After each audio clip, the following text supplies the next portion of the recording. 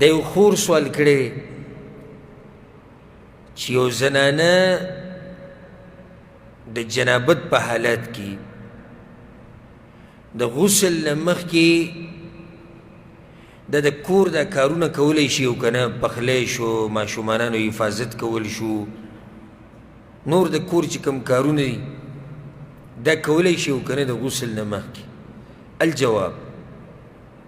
ګوره د جنابت په حالت کې یو څو کارونه ناروا دي مونځ طواف جومات کې پاتې کېده اگر که بعضو مسلو کې لږ اختلاف شتی د قرآن قرت شو قرآن لاس وړلی شو دا مسلې دا کارونه چې دا په جنوب باندې څه دي حرام دي دا کارونه په حرام دین علاوه چې کوم کارونه دي هغه څه دي جایز دي او دا خبرې بې دلیله دي چې زموږ په دې خلکو کې مشهورې دي کوم سړی د جنابت په حالت کې او دی غسل ونه کړي او په دې ځمکه روان وي او ځمکه ورته خیرې کوي دا ټولې بې دلیله خبرې دي په دې هېڅ دلیل نشته بلکې موږ پرې د دلیل خوی شو د دې په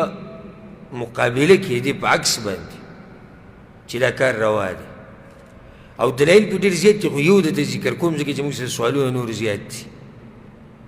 په صحیح بخاري صحیح مسلم کې دا حدیث ته ما بیان کړم دی په عامو درسونو کې زموږ مخې ته څو څو پیرې راغلی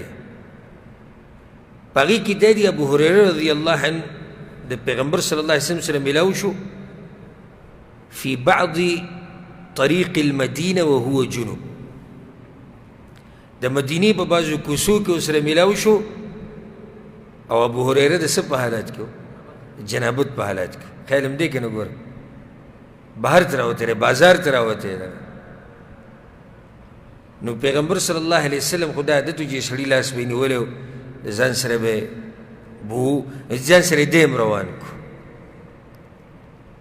دا ابو هریره رضی الله عنه ځان سره روان کو په یو ځای کې پیغمبر صلی الله علیه وسلم مصروفه شو فانخنستو منه وایي زه دې پټ شو لاړم غسل مې وکړو بیا رالم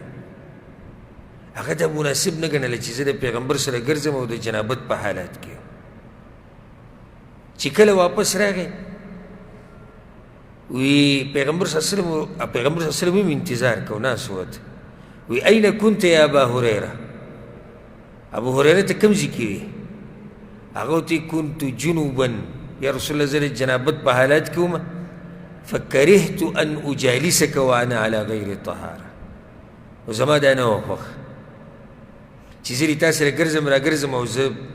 په طهارت کې نه یم پیغمبر صلی الله علیه وسلم وتي سبحان الله ان المؤمن ان المسلم لا ينجس مسلمان نه پلیتېږي دلیل زموږ دلته څه و تاسو په دې مسلې څنګه پوه شوئ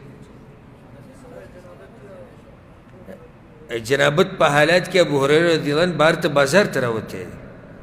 او که چېرته دا کار ناروا وی نو پیغمبر صلی الله علیه وسلم به هغه ته ویلی وی چې ابو هریره کار دی غلط دی کار دی څه دی غلط دی ته څنګه راوتی ویلی شي ها دا موږ وایو چې غوره ده دا مسله ما بیان کړې مشکات په درسونو کې چې غوره ده جنابت پسې سمدسته څه وکړي غسل وکړي که غسل نه کوي نو څه وکړه اودس وکړه چې د جنابت دې کم شي خو که یو سړی نه غسل کوي نه اودس کوي او دی ډوډۍ وخوري یا خبرې اترې کوي یا یو زنانه د کور کار کوي نو په دې کې څه حرج نشتي والله اعلم